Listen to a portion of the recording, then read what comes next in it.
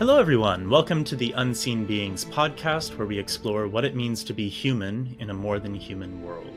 My name is Erik Jampa Andersson, and I'm your host and the author of Unseen Beings: How We Forgot the World is More Than Human. In this episode, we're joined by Lian Brook-Tyler, a shamanic healer, teacher, podcaster, and the co-founder of the Be Mythical Academy, which focuses on the guiding of old souls on an initiatory journey to discover their true purpose and to live their own wild myth. Lian describes her work as an alchemy of ancient ways for modern days, weaving together eclectic wisdom teachings with rewilding, magic, animism, embodiment, and self-illumination into a soul-led, heart-centered, sovereign path of reclaiming your wildness and actualizing your deepest gifts to live fully and die complete. Welcome, Lian. Thank you so much for being here. It's really great to have you on the podcast. It really is my pleasure. It's lovely to be here. So we've had a few really excellent, I think, conversations over on your podcast. So I'm really glad that I could repay the favor, as it were. And I hope that this will lead some more people to go and check out your work, because I find it really fascinating. Maybe you can start, of course, just because, folks may not be familiar with your work already, just by telling us a little bit about what you do and specifically about this Be Mythical project. I really love just the title of it. I love the idea of it. So it might be helpful for people to learn a bit more about it.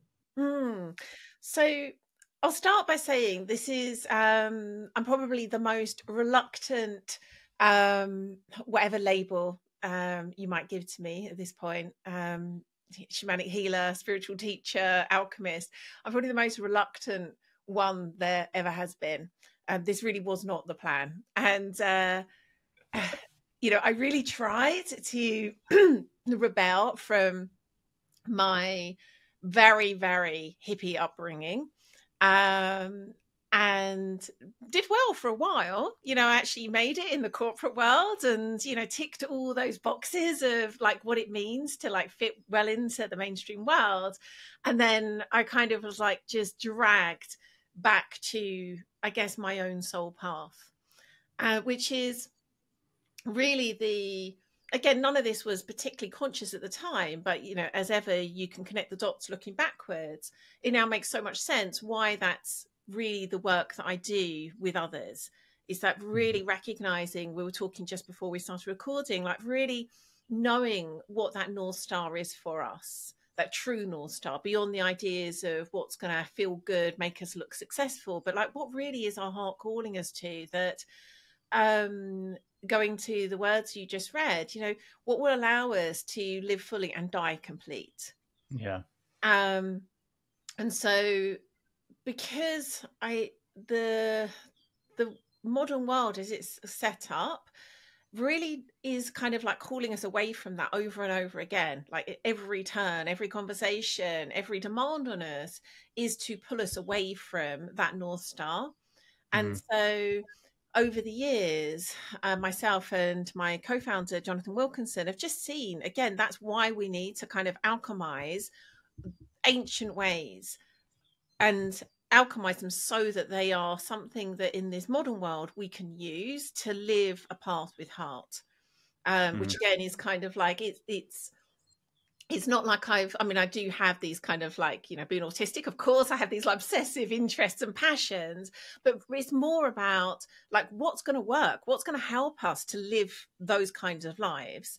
And it turns out it requires a lot. It requires a lot of different wisdom traditions, teachings, certainly huge amounts of deconditioning and healing.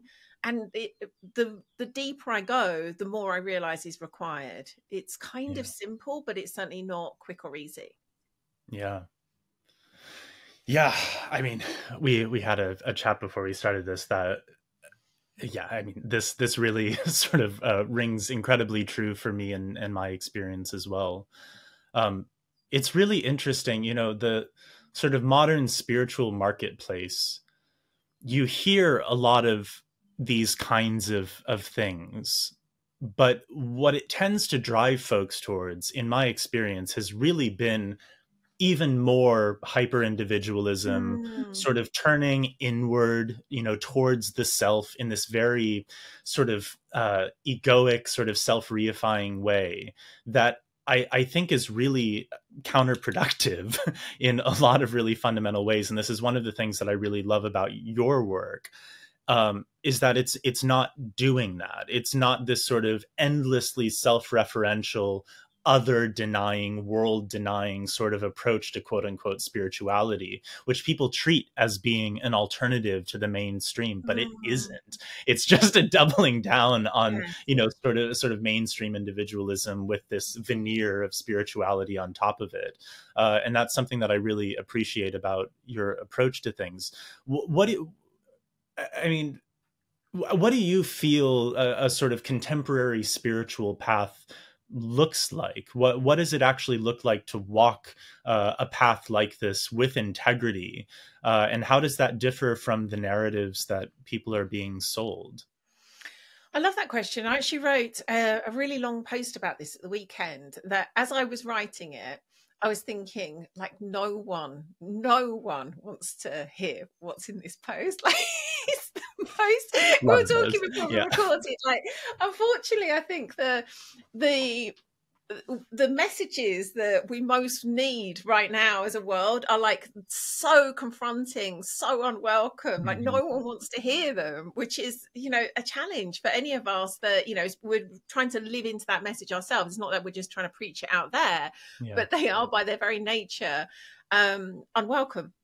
But what I was saying in that post was, simply put, how this notion of doing the work, I'm doing the work, but, my partner isn't doing the work, or, this person isn't doing the work, but I'm doing the work. Mm-hmm.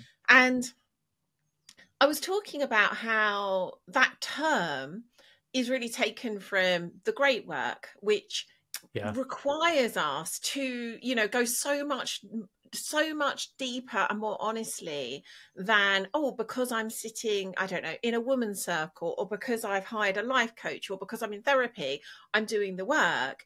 It requires a kind of keep going deeper and beyond that, and saying, where am I projecting my unmet needs on this thing, so that I can be a good person and be doing the work and be spiritual and be conscious. Yeah. But then it's like, every time we're not seeing that we're doing that, are we really doing the work?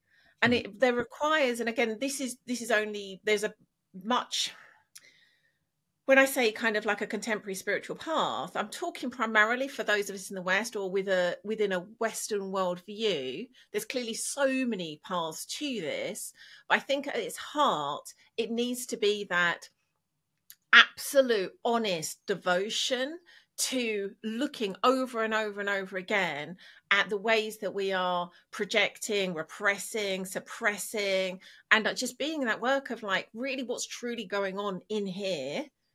But recognizing all the time, as you were saying, we're doing that in relationship to a whole world of all kinds of beings. Yeah.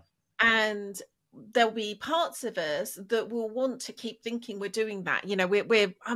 This is, again, for me, this constant invitation for those of us that are in the work of teaching, preaching, whatever we're doing. It's like, what am I really honestly constantly in this work myself, of looking at where I'm sort of like, it's safer to set myself as an expert. It's safer to say, I'm doing the thing that the world out there is not doing. And that, for me, it doesn't sound, it's like, it's the opposite of, glamorous and like wonderful sounding. But for me, that is the truest spiritual path that we're being asked to, like, if we truly are wanting to say that's the path we're on, that's what it looks like. That's what it requires. Yeah. I find it incredible how infrequently sort of mundane relationship is integrated into these like highfalutin, lofty sort of spiritual endeavors. It's so frequently the case that the only kind of relationships that are prioritized on these sort of, spiritual paths in these spiritual contexts is a relationship with some kind of transcendent thrice omni creator being, or a relationship with, again, like purely benevolent, transcendent kinds of guides, but the relationships that exist between each other, us and other humans or other non-human beings, the sort of mundane relationships between imperfect sentient beings, is so infrequently prioritized, even in what a lot of people think are like the greatest spiritual traditions in the world. And this wasn't necessarily the case traditionally, but in the sort of modern spiritual marketplace, the transmutation of these, ancestral and traditional forms of spiritual practice into something that's commercially viable for people and is like, popular, it tends to just completely omit any relational dynamics, any relational elements, anything that's like down to earth and actually has to do with our day-to-day reality. It's like, I'm amazed how frequently, coming from a Buddhist background, how frequently people will make the claim that no one and nothing exists outside of my own perception. And they're reinterpreting a sort of classical idea about, yes, I am creating in my own mind a model of all of the things and beings that I'm interacting with. So what I'm engaging with is my own projection of those things. But people will take that and go a step further and say, actually, there are no beings outside of myself. It's this deeply solipsistic, self-obsessed ideological sort of position that has no rational basis to it, but people live their lives as if that's true, and they use that to bypass ethics. They use that to bypass any degree of just like being in relationship with others in a mundane sense. It drives me insane. Where do you think that comes from, and how do we actually get beyond that? How do we get back into a sense of authentic relationship? I love that, and I've had a real experience of that personally. And again, being honest, I'm sure I was also kind of like coming from that. I know I was absolutely at points where was coming from that very viewpoint. And I think with much of these things, they are kind of like along a path towards, I guess you could say, some kind of maturity. Probably still, very much children, but like we're talking like a 2-year-old versus a 4-year-old and a 6-year-old as we start to see things as they actually are. When I first was kind of propelled from my corporate life into, I guess you could say, this kind of like spiritual life, at the time, I was involved in what you could say is a kind of like a sort of neo non-duality form of spirituality, which very much, there was a notion of the way that you're describing, almost like it's just all created by thought. Therefore, by default, none of this exists. And I think there is something that is profoundly helpful for people who have, lived the opposite way, where like everything out there is doing things to them. And so there is something, I guess, empowering, and there is like a sort of partial truth in starting to look at kind of what's going on inside me. But it's limited, it's incomplete. And I had an experience which I think really woke me up to this, but also woke me up not just to see how they were doing it, but also how I was doing it.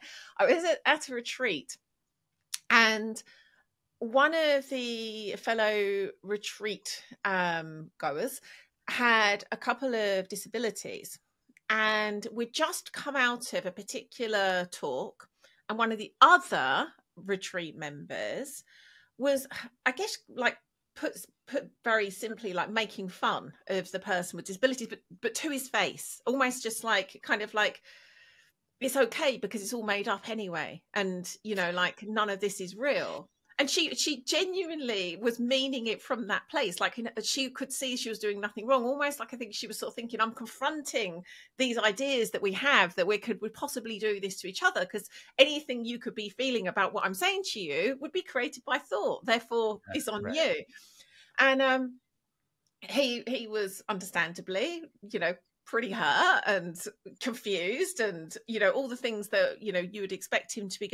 And I witnessed that taking place, and just thought, they're like, there's something fundamentally like what on earth, like that like, I don't need to really overthink this. I can feel there's something going on here that really needs to be looked at. And I spoke to the teacher afterwards about what took place, and I could see there was something incomplete in his, like, it was almost like he was like, but it's all perfect because that's all thought created too. And I was like, we're missing something really important here. And it feels quite basic. And it, going back to what you're saying, is literally about seeing these people are also real. Yeah, totally.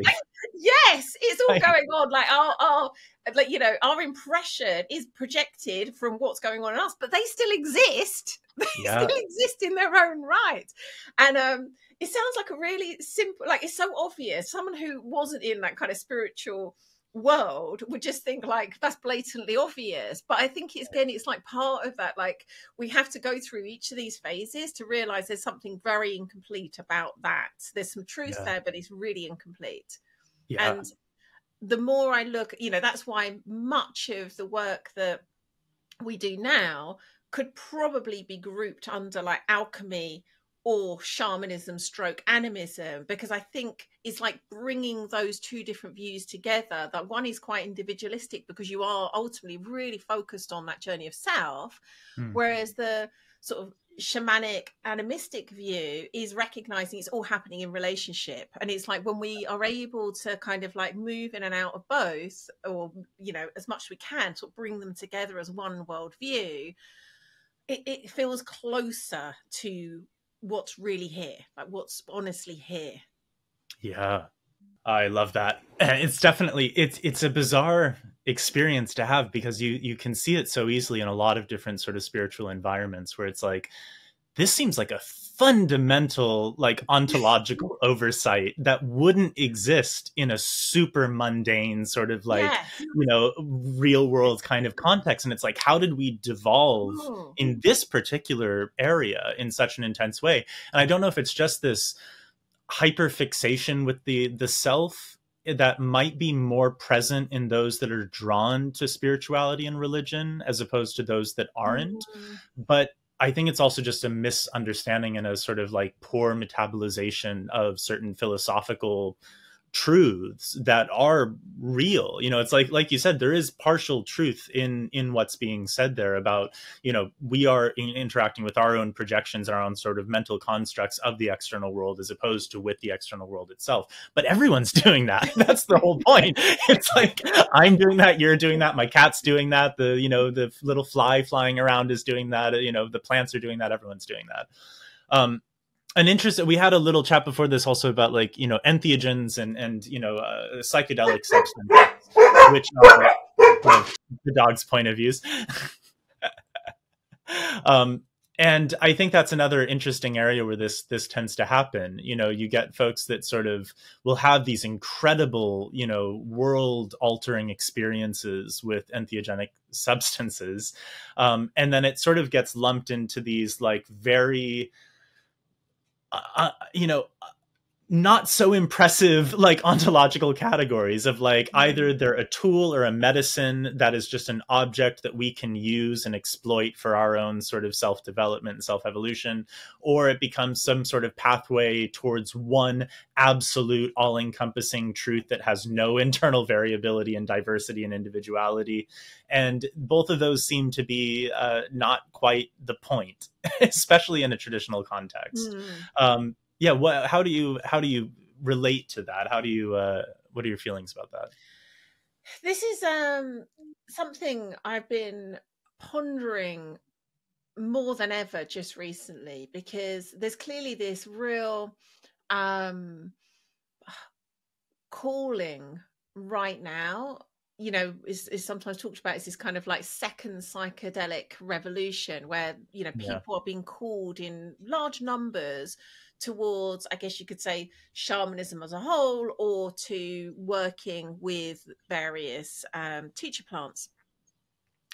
And there's likely a kind of wisdom beyond my understanding as to what's going on there, but it just is. And I think there is like, you know, part of, again, you know, a true true spiritual path is around kind of recognizing like what is. It sounds really basic. It's like, that is what is. Now, how do I be in relationship to that? That is what's happening. And there's, for those of us that have been called in that direction as work, as I have, I've often described more as like dragged kicking and screaming than called, but it brings with it a responsibility, because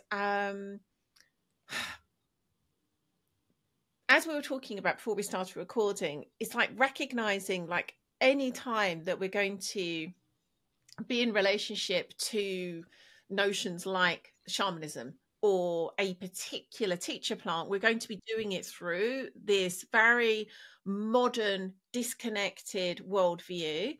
And as much as we try to not look through that worldview, we will be. And even just knowing that's the case, being kind of conscious and responsible for that, I think is helpful and more honest, but is not really being spoken about very often. And so I can see, and again, like right now, there is a reason people are being called into those domains. And I can see there is a, I suspect there is like a deep wisdom that's coming forth that's making that happen.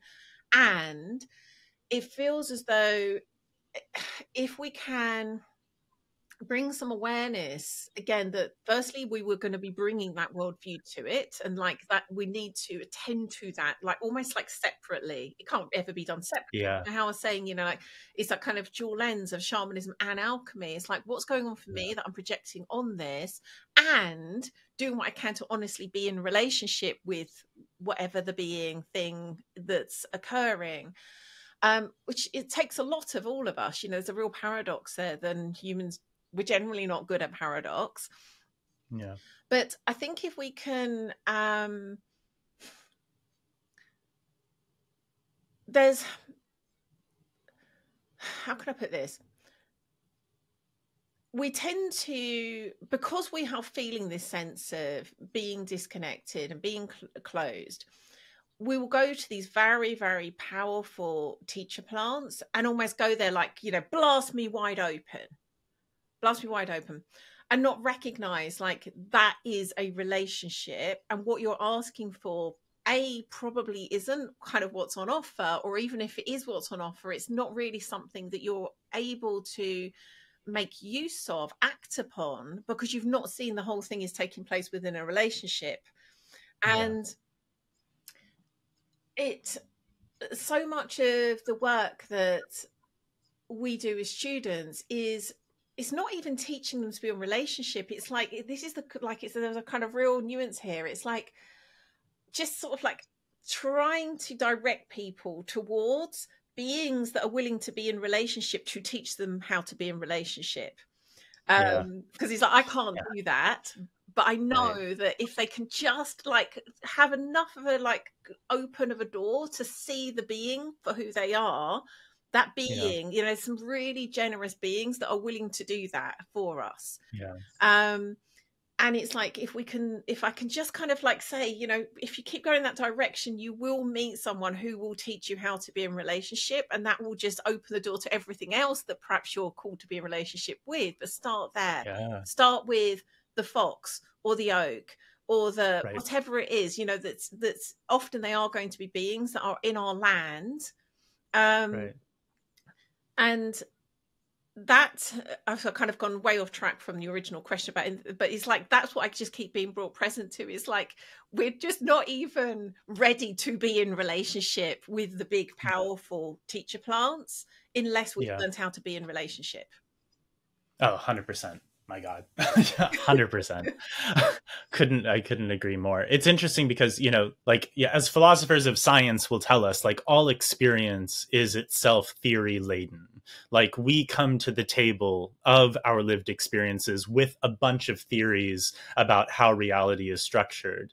and we don't nakedly experience reality. Even extraordinary, wonderful, cathartic, psychedelic experiences, they aren't themselves objective, and we just experience it, and then all of a sudden we see things clearly and nakedly and lucidly, and then we figure it out. We come to that as well with our own preconceptions, and they get jumbled quite a bit, and they get blasted open, and we get new perspectives and new ideas perhaps.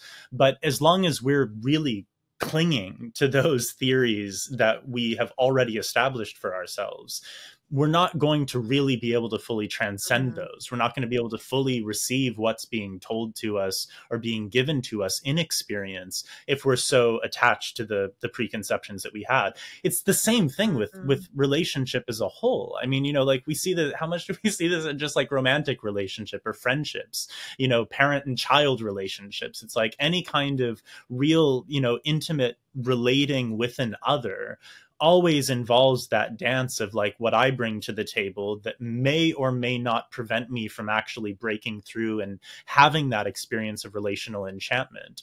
And we have to deal with that. We have to deconstruct that to a certain extent and take stock of what we're actually carrying with us.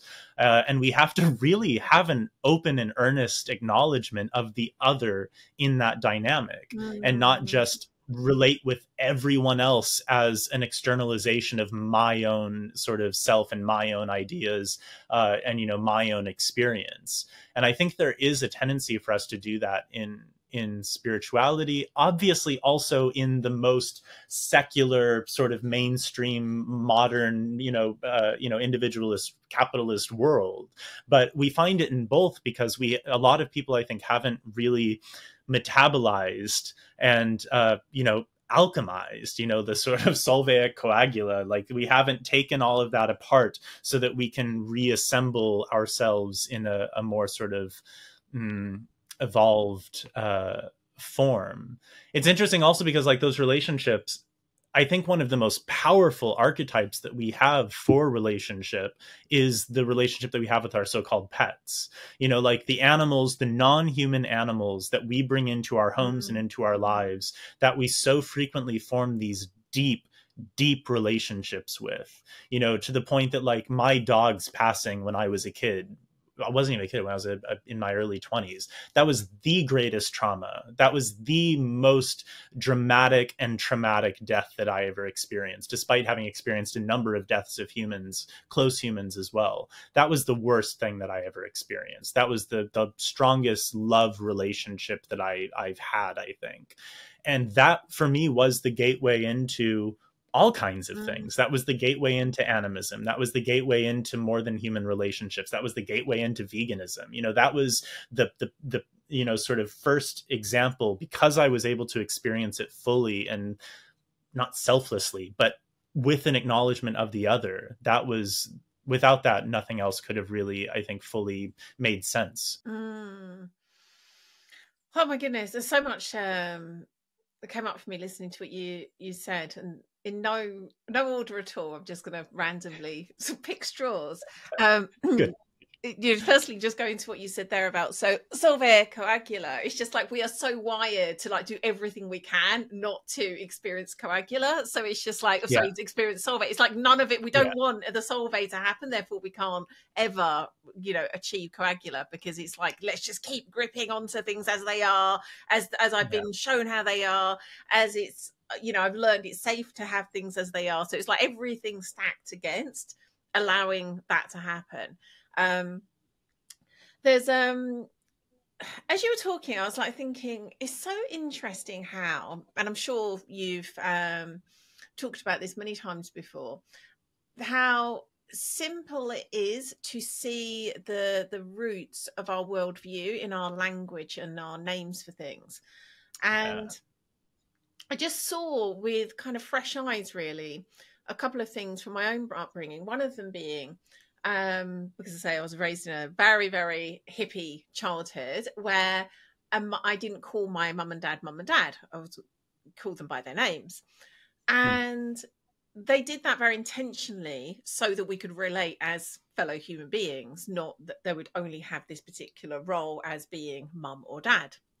And as you were talking, I was like, I can see this kind of like another level of depth of understanding, kind of like what they were wanting to create with that choice, which, you know, had its, you know, had its challenges, and I'm sure there was kind of like their own wounding they were bringing to that too. And yet there was something really wise in that, where it gave me, you know, I'm still calling them a name, they are ultimately, you know, playing the role of my mum and dad, and yet it was a kind of like a level more honest, you know, a level more intimate, a level more let's just see what's here to be created moment to moment, rather than it just be this one role and that's how you're going to relate to us. So that was coming to mind. And, you know, similarly, the way that we will talk about other beings, particularly, again, going back to what we were talking about there about the teacher plants, where we'll use words like microdose or macrodose, like these are resources, these are medicines, rather than beings in their own right.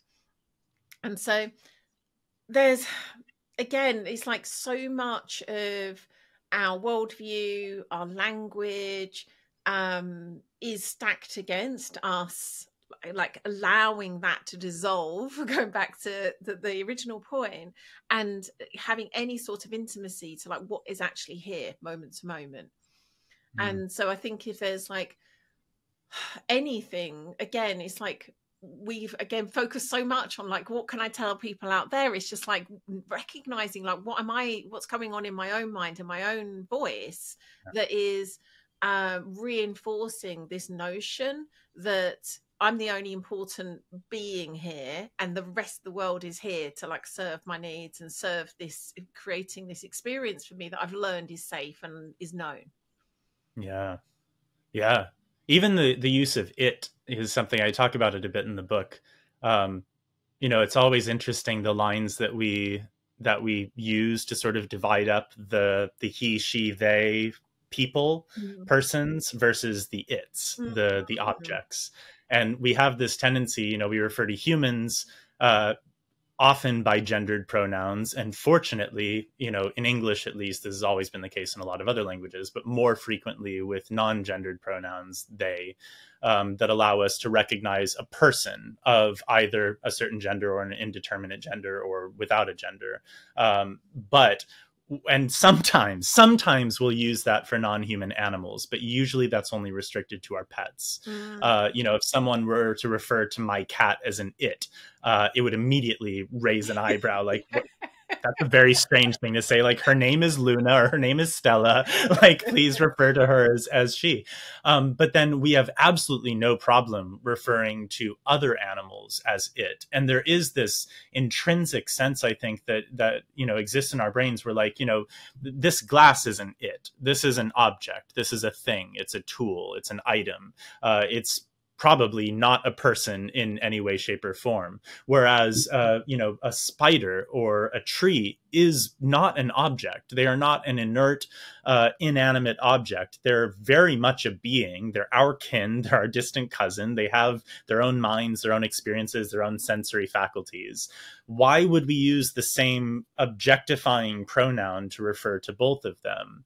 And it's something that I've really tried in my own language to try not to do, to, you know, try not to refer to an animal as an it.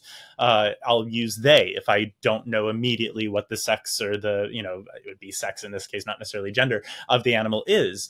But it's the same thing with plants, really. You know, there's a big difference if we talk about, you know, chopping down a tree while using the pronoun it versus chopping down a tree while using the pronoun they or he or she. It really adds this dimension of personhood and personality to these beings, which they deserve and is warranted. But I think it's a sort of block that we put in to prevent ourselves from actually acknowledging the beings that we're in relationship with. It's a way of unseeing them, fundamentally. You know, reducing other persons to its, to objects, is a way of unseeing them, which can sometimes seem to make our lives easier. It seems to make our ethical load a bit lighter. We don't have to really worry about how we treat its. You know, that's also part of the reason why, like, especially in English, modern English, we use different terms to refer to the flesh of animals that people consume versus the animals themselves. We'll use, old Anglo-Saxon words or Anglo-Saxon derived words in many cases to refer to the animals themselves, depending on the animal, while we'll use Romance derived words to refer to the flesh, the meat that we derive from them. We won't talk about bacon being made from pigs. We'll say it's a kind of pork. We'll talk about beef. We won't talk about cow flesh. And this is another thing that we do in our brains to sort of compartmentalize. There's the beings that we often don't want to see. And then there's the objects. There's the commodities that we can reduce them to. Yes, I really love this. And again, it requires such an intimacy with, again, what's going on for us to notice that. But I think there's also, and we talked about this, I think in one of the conversations you and I had for my podcast, where, again, firstly, we have a lot stacked up against even noticing it. But then often our first impulse will be to make ourselves wrong for that, to shame ourselves. We're like, oh my goodness, I'm a terrible person. I've just called the spider it. And to bring awareness to even us doing that is really helpful, because the more we can be, again, we've been conditioned and also, often wounded and then contorted into a way that allows us to keep functioning in this culture. To even embark on that intimacy that we're talking about requires real courage. It requires also real love for ourselves, and really almost like parent ourselves through that experience. And the more I think we are able to be loving to ourselves in that, to recognize there I go again, referring to, in this instance, like a spider as it. But I've noticed bless my heart that I've even noticed, been open and available to notice that. That I think is the only way really we can kind of continue to move on this path, rather than, stay humble, stay open, but bring love to ourselves as we journey on that. I think that's what's needed. I think otherwise we just get rigid, because it becomes unsafe to even allow ourselves to be in this honest intimacy with what's going on. Totally. We're so obsessed with perfection and being good that we don't really tend to value the process as the path. And this is also, I think this is the point with spirituality as well. And as much as terms like spirituality and religion, they're so complicated, it's very difficult to say anything about them with those terminologies, because they have a lot of different valences and subjective interpretations and history and cultural baggage, and it's very complicated. But I think one simplistic way to divide between them is, religion is a set of answers. It's a destination. Spirituality, if done well, in my opinion, it's an ongoing path that doesn't end. The point is not to arrive at a destination. As soon as you think that you've arrived at a destination, that is precisely by definition the moment that you've left the path. So, for us to dedicate our lives in any way to walking the spiritual path really demands that we never stop walking until we drop dead, and then who knows. But at least up until that point, our only responsibility is to keep growing, to keep reaching, to keep traversing the path, and accepting that it's going to keep meandering and winding, and it might loop back on itself a few times, and it might be a little bit difficult for us to find our way. But that is the whole point. The point isn't to get to the destination. The point is certainly not to be a good person. It's that cool. If you are, great, but that's not the goal. The goal is not to be a good person. If anything, it is to practice goodness. It is to continue striving in goodness for the pure sake of the result that it creates, of the positive impact that it has on the world around us and on others, not in what it says about us, in the way that we can use it to bolster our own sense of greatness and goodness and divinity and piety. And, those are really, I think, not good goals to have at the sort of forefront of our trajectory through life. I wanted to ask you about something you know, one of the things that we have in common is, I believe we both discovered rather late in life that we are both neurodivergent. In my case, autistic and ADHD, undiagnosed for complicated reasons, partially the system that we have here in the UK, but also out of other reasons that I won't get into. But having sort of discovered that has changed my life in a lot of ways, in the way that I look at my own past and my own experiences through life, and also my relationship with spirituality and with this sort of, you know, the kinds of worlds that we operate in. And I'm curious if you'd be willing to just chat a bit about that experience and how being neurodivergent has impacted your life and your practice, especially your relationship with spirituality. I would expect that there is sort of positives and negatives. That's very much been the case for me. You know, like there's been great positive things that have come out of my atypical brain and the way that my brain functions. I'm very grateful for it.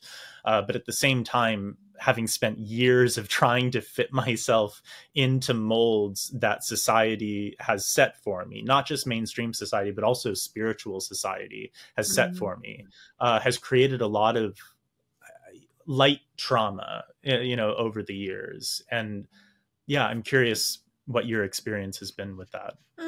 It's I always find this an interesting inquiry, in that there is, like, by its very, very, you know, there isn't a control. You know, like I sometimes wish there could be like a non-neurodivergent control Lian that I could like refer to and say, you know, compared to the control Lian, who is completely neurotypical, I can notice this is and that's probably an autistic thing in its own right. It's just like, I want to be accurate in my answer to your question, and yet I can't be because I don't have a control. And yet I look back and I realize, like many neurodivergent people, that my father was like blatantly autistic. We just didn't know. And so much of what I now see is like, oh my goodness, it was so obvious that he was autistic, I was autistic. It was just a really autistic household. It's like, it was just like the water we swam in. And so I had no idea.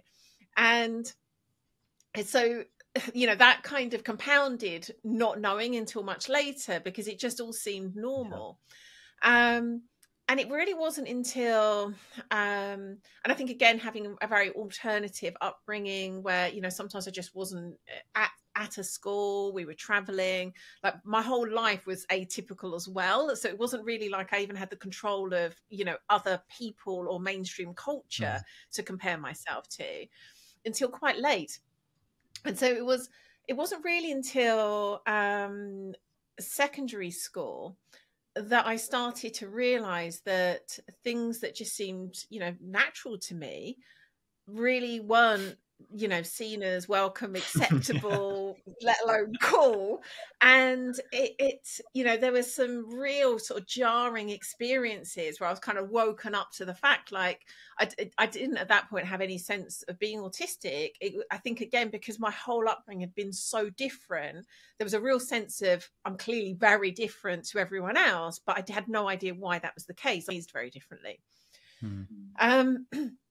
And then I think over time, I started to recognize, and I think there was one thing that was really clear to me was I had dyscalculia.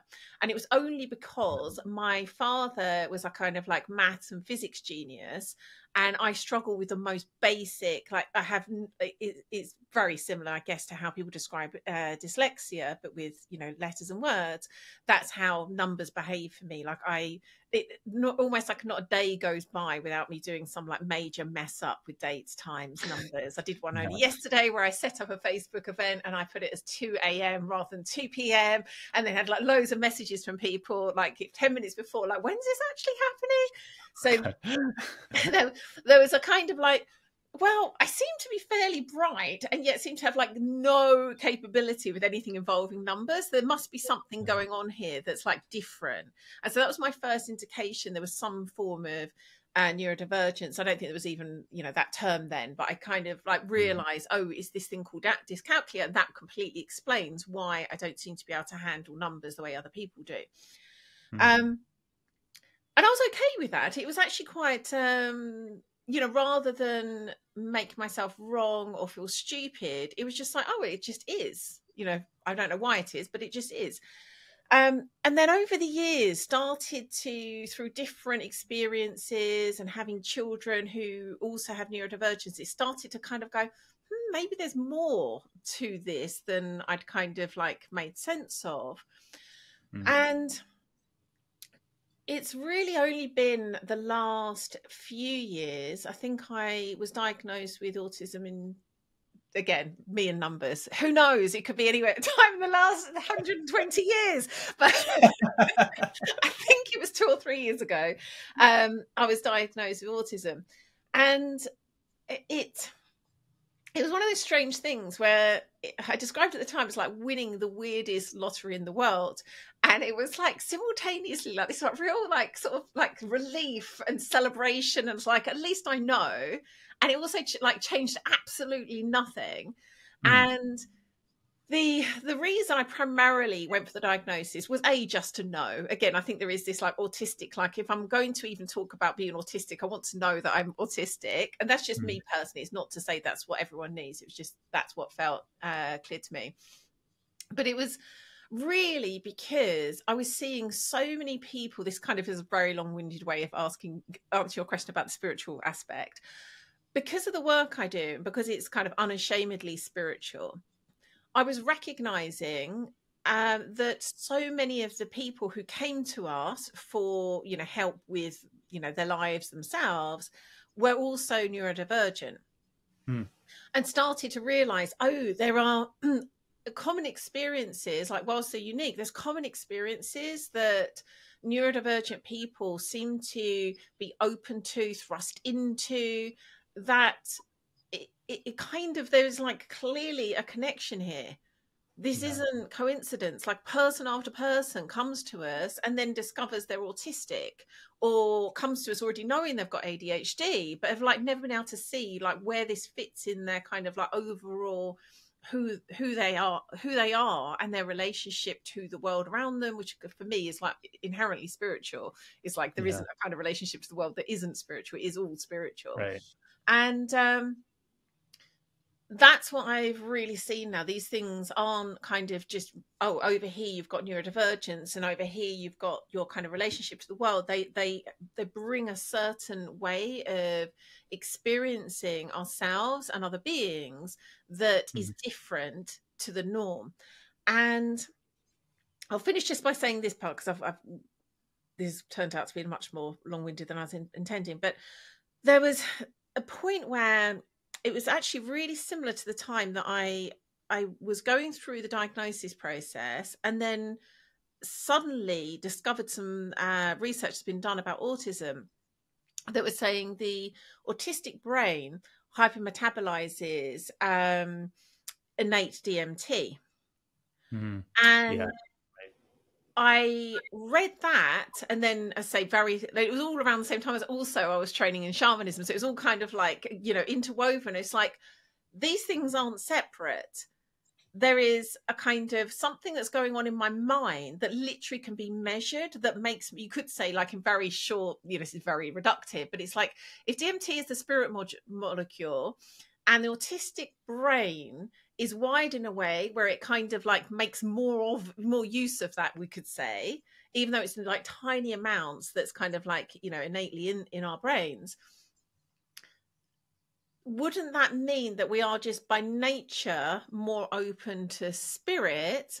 And then because I was like very like, because I think archetypally, and because I was actually sort of, you know, training as a shaman at the time, it's like, so wouldn't that mean that we are like, that's the role, you know, archetypally, that we are meant to have in our culture? Like none of this is a mistake. What if all of this is meant to be as it is? And so we are wired in a way that allows us to play this quote mark spiritual role in relationship to our community. And so that's a kind of there's obviously lots of different, ways that that can unfold for each individual person. But that's a kind of a hypothesis, you could say, that like personally I've seen, appears to be true. But I'm kind of constantly sort of, gathering new data on myself and also other people I work with. But that, I think, really in very simple terms is what I think we've really misunderstood about neurodivergence culturally. Like in our modern culture, we just have no understanding what actually is at play. Yeah. Which again is kind of far more multifaceted than I've just made it. But I think fundamentally there's that part of the conversation that we're just completely missing culturally. Yeah, absolutely. I mean, if you just look historically at the number of figures who have been significant cultural innovators, philosophical innovators, storytellers, artists, scientists, who have very, very likely been autistic, somewhere on the autistic spectrum, or with some other form of neurodivergence. That's very easy to see from a contemporary perspective. Obviously, they didn't always have the language historically to be able to recognize that, frameworks to sort of, evaluate it. But I mean, it's quite evident that there is a correlation between neurodivergent individuals and some of the biggest discoveries and innovations and sort of cultural movements historically. It's interesting, I often find the same thing as a gay person, as a queer person, looking at how many incredibly influential figures throughout history have been queer, is something that endlessly fascinates me. Like just gay men alone, this today still quite oppressed, marginalized, and often widely detested, group of society in a lot of places. But you have like Leonardo da Vinci and Michelangelo, you have Alexander the Great, you have, King James, and you have like, Francis Bacon, you have, William Shakespeare, you have all of these massively important, sort of cultural and even political figures historically who have had very strong same-sex attractions and have been in relationships with members of the same sex, and gender, etc.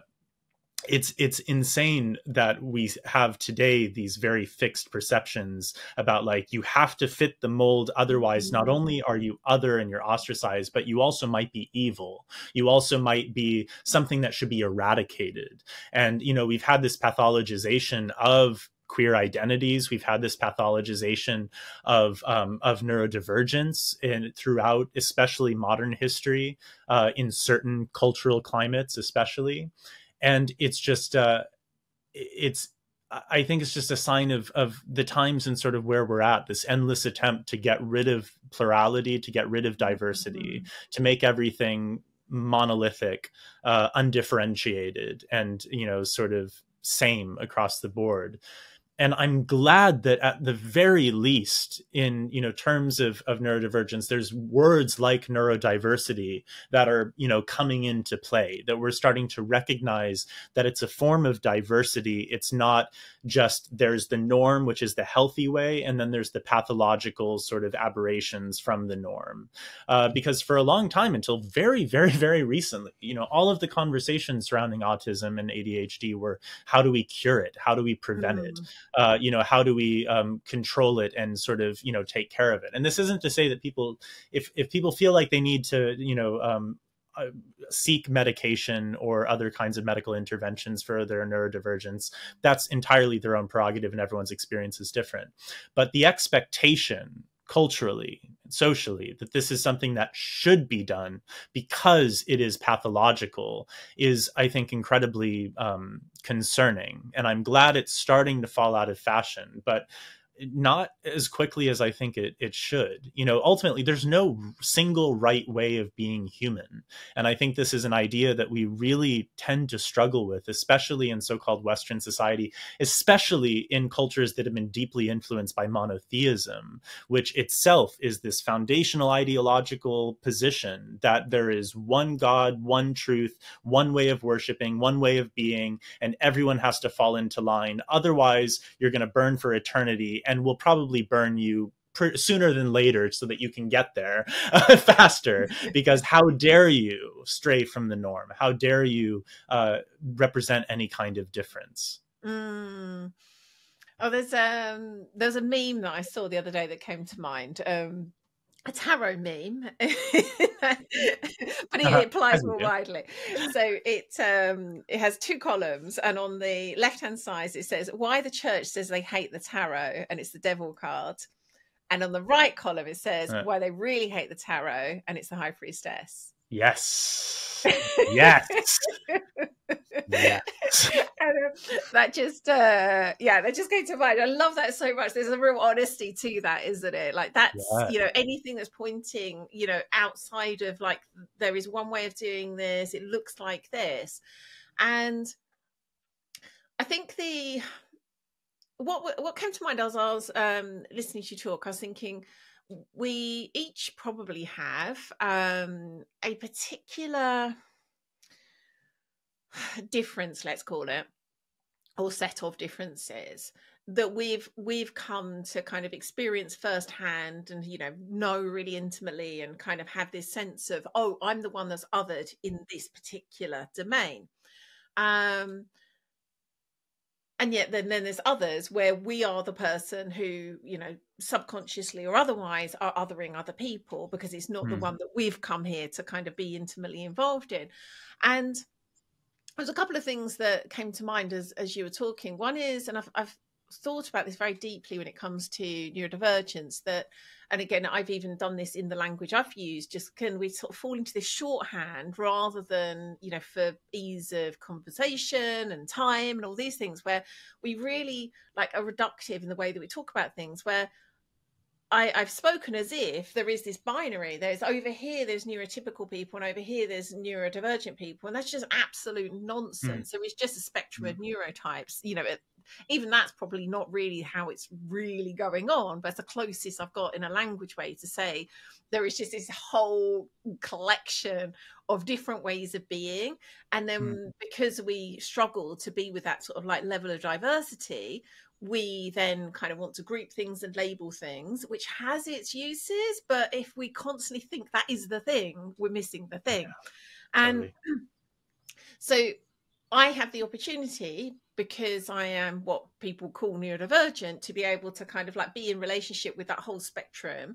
But I don't, for example, have quite the same experience. Like one of the Be Mythical team, Sarah, is Black. And she has an experience of being othered because she's Black that she invites me into, being in relationship to the fact that I can, again, not intentionally other her for being Black.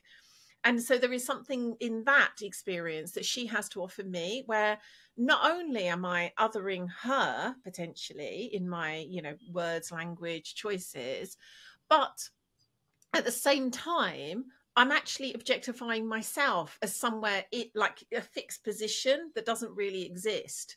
And I'm kind of like upholding that fixed position and knowing of myself, again, because we do these things because it's what we've been conditioned to do, and it makes sense to us. But it's like each of us has this opportunity to invite someone else into, like, let's have a look at kind of like, if we were to sort of like, it's not to deny the fact these things exist, but it's like perhaps where we orientate ourselves around them. Going back to what we were saying earlier, it's like if we could just dissolve some of these like fixed ways of relating to self and other, we get the opportunity to really be in relationship. Yeah.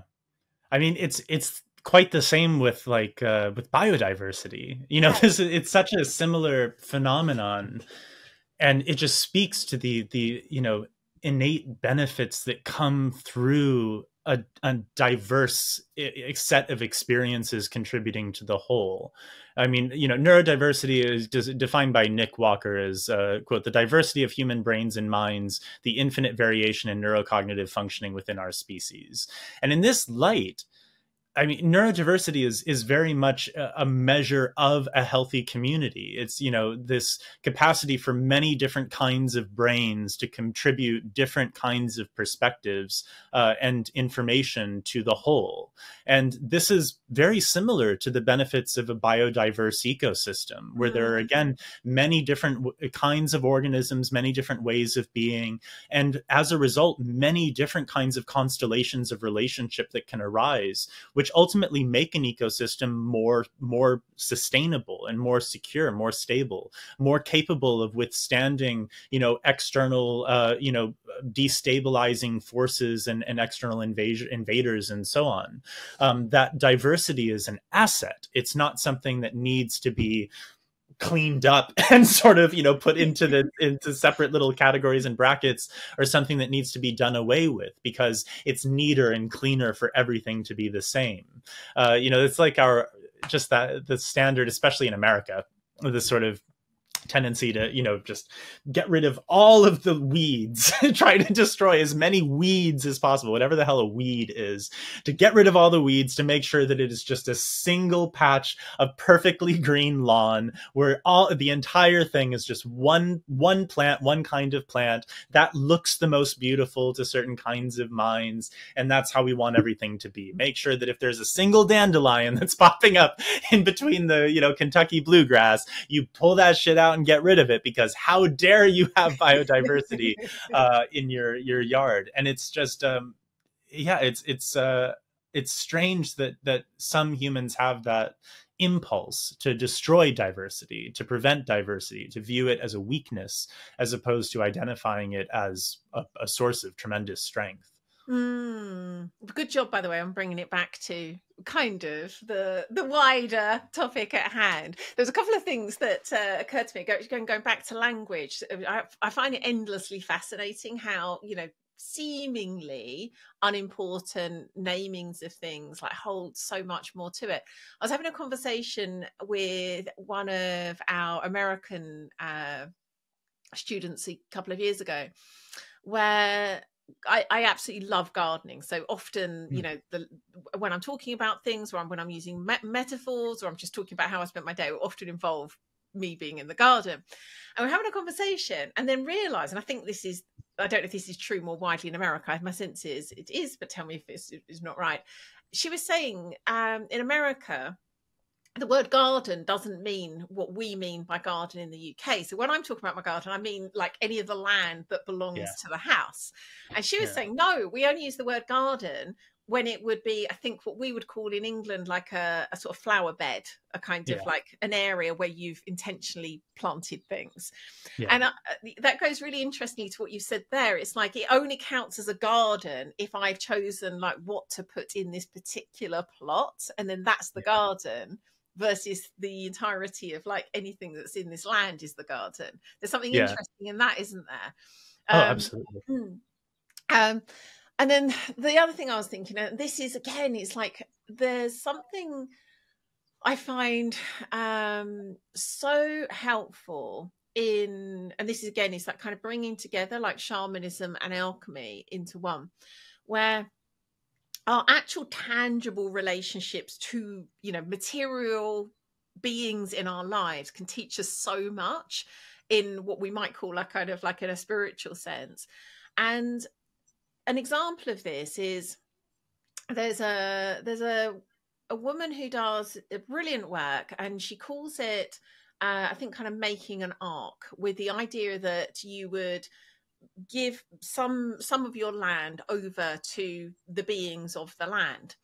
And you might need to sort of help it along a bit to kind of allow it to set up as this very biodiverse, sustainable system, because it isn't going to be that straight away. But ultimately, that's what you do. You become a guardian rather than a gardener. And that has its own purpose, a beautiful purpose, that you're kind of giving back land to other beings rather than this is all about us as humans, how much we can have to ourselves. But from a kind of deeper, I say deeper in quote marks, sort of spiritual sense, when we make choices like that, when we say, okay, I'm going to have this plot of land and then be in a different relationship to it, which also calls me into a different relationship with potentially my family and my neighbors, where I'm, they're like, what on earth? Why have you let that piece of land just go to what they see as ruin? It allows us to be in this material relationship to the land and to the beings, but then ourselves, and see, what's going on for me? Why is that a challenge for me? What does that teach me, being in this different relationship? What am I learning through that? Which that is a kind of, again, just an example, but I see more and more that, like, when we try to just do all of this, like, in ourselves, like in our heads, rather than be in these like true relationships with Yeah, other beings, like, I don't think we are able to, like, again, it comes back to, like, we aren't in relationships if we're just trying to do it all in our heads, however totally. spiritual, however like wonderful it looks, like the fact we're in meditation, like, yes, it can take us some of the way, but there Yeah, is nothing that's going to replace actually being in relationship. absolutely. Absolutely. 100% agreed. Yeah. I there's a lot there. I mean, yeah, the relationship point. I mean, this is ultimately, this is what came out of writing Unseen Beings. When I started writing it, I thought it was going to be a very different book than it ended up being. And my life and my values and my spiritual practice before researching and writing that book were very different from what they are now, because of going through that process and really having having it break through, and actually, allowing myself to recognize the fact that that very point is the point. That is arguably the most important thing that we can get through our skulls in this life, is just this simple recognition that we are persons in relationship with a vast array of other persons. And that's the purpose of life, is learning how to be in relationship with others, how to do so in an empathic and compassionate and kind way, to actually live with others. That doesn't mean to have some sort of like utopian, always perfect and placid kind of like, undifferentiated relationship with the other that just looks like some delusion. It's like to really be in the nitty gritties of relationship, of real interpersonal, interspecies, interdimensional, potentially kinds of relationship.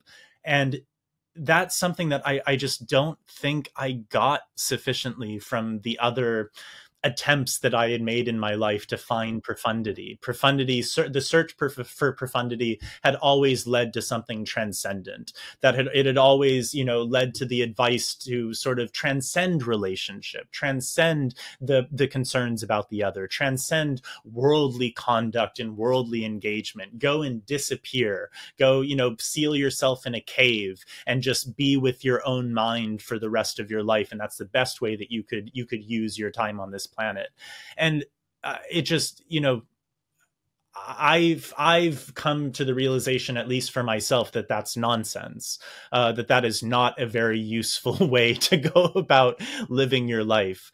Trying to sort of seal yourself off from everyone else because, heaven forbid, you form any kind of attachments to those beings, or any kinds of concerns for them that might tear you away from your self-centered sort of spiritual development. And I just wish that. I hope, and I am optimistic that more people are coming around to this, but I do think that folks have to be careful, because it's so seemingly overly simplistic that they'll miss it. Like, there's such a risk of not catching how profoundly important it is to prioritize relationality and these real worldly connections that we have with others, and to place that at the center of our sort of spiritual quest. I think it's easy for folks to miss that because we're so obsessed with transcendence, and we really need to become more immanentist. We need to turn, towards the real embodied realities of being human in a more than human world. And I hope that people can wake up to that in whatever ways they can. I entirely agree. And this seemingly really minor sort of throwaway comment that a student made to me yesterday came to mind, where she was sharing with me that their family dog had just died. And she said the reason she was sharing it with me is, this is the part that just came to mind, that seemed very throwaway. And she said, like, I know, you're such an animal lover and you'll really understand like the amount of grief that's coming up and how hard this is. And for some reason, it really stood out that was it's true. I am an animal lover, but there was something in like it's like everything she said was true. Like I could really feel what was going on for all of them. And like, again, like it's been some of my most profound experiences losing animals over the years. And so like I entirely understood why she was sharing with me what was going on, but it was like that phrase animal lover that really stood out in her message. And it was like I went into this quite deep contemplation about it afterwards. And it's like, it's so funny that that has to have a name. Yeah. But isn't that funny that like what feels to me like it's like how would it be possible to live another way? Yeah. And yet it actually has a name, to be an animal lover. And that's what just came to mind as you were talking. It's like, that makes no sense to me. Like, yes, I am, but like, is there another way to be? Like, Right. how could we possibly be otherwise? Like, it just makes no sense to me. And I've been very fortunate because of the upbringing I've had, that was a worldview that I was raised with. So it again, it was part of the water I swam in. I don't think I actually mentioned this to you when we spoke. I mentioned it in the sort of introduction I did afterwards, where I shared that one of my most impactful childhood memories was seeing my father cry for the first time as we buried our pet rat, and him sort of speaking out the words of honor and reverence as we buried Dr. Rat. And that, I think, is like so foundational in my view of other beings and how to relate to them, that is like, again, so saturated in my being, I forget that isn't common in our culture. I was very, very fortunate that I had that kind of, like, I see it now, it's like so fortunate to have had that upbringing. But it isn't what's the norm. Yeah. It isn't the norm, but I do feel that that's something that one way or another we're being invited back to. Yeah. To the point where, again, we talk about sometimes, like in many kind of traditional cultures, there isn't the word for nature. Equally, I sort of feel like, words like animal lover make no sense when we really see like our place in the world of things. Yeah, absolutely. Especially when the term animal lover is also used by a lot of people that do not live their lives in any way, shape, or form in a way that reflects a love or concern for non-human animals. It's one of those things, because of speciesism, which is the sort of ontological root of anthropocentrism. We have to have speciesism in order to have anthropocentrism. But because of speciesism, we have animal lovers who aren't animal lovers. They just like dogs and cats and maybe horses, and maybe some birds, but certainly not all. That's a very unfortunate reality that we have. It's the same foundation of racism and sexism, this idea that you can break everyone up into these taxonomic categories and you can stack them up in order of value, usually based on our own, very, very limited perspectives. And that this is a logical way to go about living in the world. And so many people think this way, just subconsciously. They assume that this must be how reality is. So we think that there is an objective existential difference between a dog or a cat and a pig or a cow or a chicken or a goat or any of the other animals that we engage with as so-called domestic species. Yeah, it's a very interesting. Let me tell you a really quick story from the weekend that illustrates this so well. So I'd been gardening, and as I walked back across to, I think I'd been reading, so I walked back across, it's like I sit there reading, then I see, I'll go over and do such and such, and then we're back to go and read. And on the way back, I was like, ouch, what's this? And I thought I had like a thorn had kind of poked through my dress and was like poking into my breast, basically. And I kept looking and kept thinking there's nothing there. And it's like, ow, it's like there's obviously something in there. Anyway, finally, after I'd been like thoroughly like stung, because every time I looked, I couldn't find anything. And it turned out to be this tiny, I think they're called green orb weaver, spider. So tiny, but bright green. And apparently the bites are like meant to be like bee stings because they have got a tiny amount of venom. Anyway, it had like, and obviously it's quite a sensitive part of my body. So by the time I found this spider, it had like bitten me maybe like 5 times all over my breast. And then I sort of saw it, and then kind of had this instant, see me saying it again after our conversation. And I kind of like, just my knee-jerk reaction kind of went to pluck him out of my cleavage, and then realized like, oh my goodness, it's just died. I've just squished him as I've done that. And it was such an interesting juxtaposition of like, that's just happened. I've kind of like been bitten to hell. And yet there was a genuine sense of like, the last thing I'd want to do is to kill any creature, you know, like it was a real, you know, what you're saying there. It's like, I think when you truly are seeing beings from that place, it's like, you know, a tiny spider that's just bitten me to hell, you know, still has, you know, has its own personhood. It's still a being in its own right, that I don't have a right to, you know, again, it was unintentional. I don't have that right to kill it, to end its life. Yeah. And even if, you know, maybe not in this circumstance, but even if there were a justification for it, which there is in some cases, you know, if my cats get fleas, obviously I'm going to give them the treatment necessary to kill the fleas. And that will still be something that I have to morally negotiate. And I will still recognize and probably feel a degree of grief for the death that will have to occur and the suffering that'll have to occur in order for that to happen. But it is a negotiation. It's not just, oh, it doesn't matter because they're just fleas. It's not just oh, well, this happened, therefore everything is, you know, on the table as a possible recourse.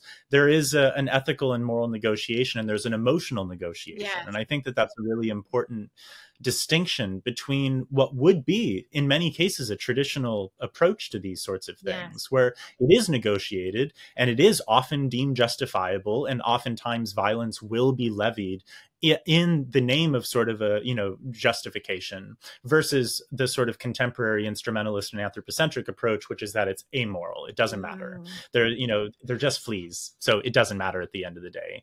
And unless a pet is your pet and your property, then it also doesn't really matter what happens to a non-human animal. So we don't have to have any emotions. If you have emotions, there's probably something wrong with you. So, you know, these sorts of ideas are very, I think, profoundly destructive, not only for the planet. Obviously they are destructive for the planet, but I think they're also destructive for our own humanity, for our own hearts, our own sense of really existing as living beings in a living world.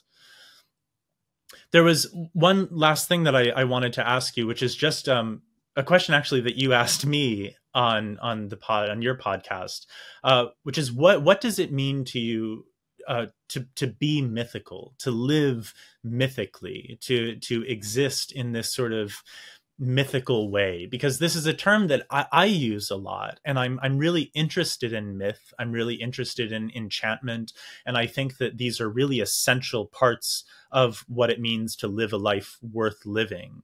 But I would love to hear from you about, you know, how you see this sort of idea as a component of the human experience and the spiritual path.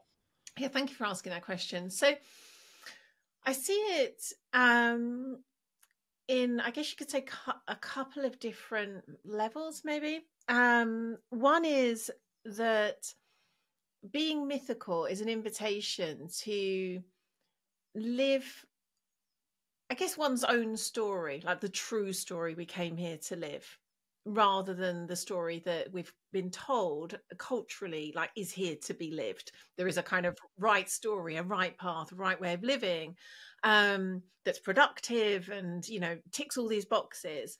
And so for me, there is an invitation in that notion of being mythical. There is like living one's own myth, the truth that someone came to live. And of course, again, we can project on like these sort of grandiose notions of like, you know, some great purpose. And so, you know, any of these things I talk about have kind of got shadow within them too. But really, that's part of what's meant, is kind of like living one's own myth. There's a Rumi quote that talks about, you know, something like, you know, forget the ideas of stories of others, unfold your own myth. And there's something in that, I think, that really invokes something beyond this, like, oh, there is this like clear path that we all meant to follow. There is something in that, almost an inquiry, like, what is my own myth? And then there's the falling back into the enchantment of a mythical worldview in which things can happen that don't make sense from a modern worldview. Oaks can talk, and animals can show us something of ourselves.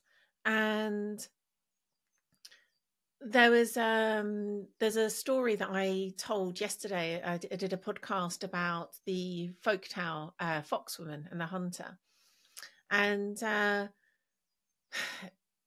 in that one simple story of the Foxwoman and the Hunter, there's just so much that brings to life aspects of really our psyche, but at the same time of the world out there, like just one simple story. And that for me is like, as we allow ourselves to, for me it's like our birthright really, that we're reclaiming this mythical worldview where all things have a story, have a place, have a voice. For me, it's funny really, we talk about myth as if it's like something made up, where for me it's like the closest thing we can get to reality. And so for me, that's what being mythical is. It's like literally seeing things as they are, which for me is like an enchanted world. I love that. Very much agree. Well, I think we could keep going on for a long time, but I suppose we should wrap it up. Thank you very much for agreeing to do this and for this lovely chat. I really appreciate it. Yeah, I love your perspective on things, and I feel a really strong sense of kinship between the sort of kinds of work that we're doing. So I really, greatly appreciate you taking the time to hop on the Unseen Beings podcast with me. Oh, I've absolutely loved it. Like, what a better way to spend a morning. Yeah. Oh, yeah. Really, really wonderful. And likewise, I feel, I think like an instant sense of kinship from the very first time we spoke. But no, I had the same.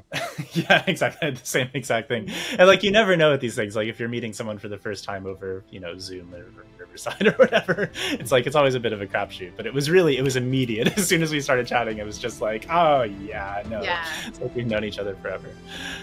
Yeah. Well, thank you very much. I hope to chat again very soon. Thank you so much to Lian for this fascinating conversation. To learn more about her work and the Be Mythical Academy, please visit www.bemythical.com. And to learn more about Unseen Beings, the book, and the podcast, please visit www.unseen-beings.com. Until next time, this has been Erik Jampa Andersson. Take care.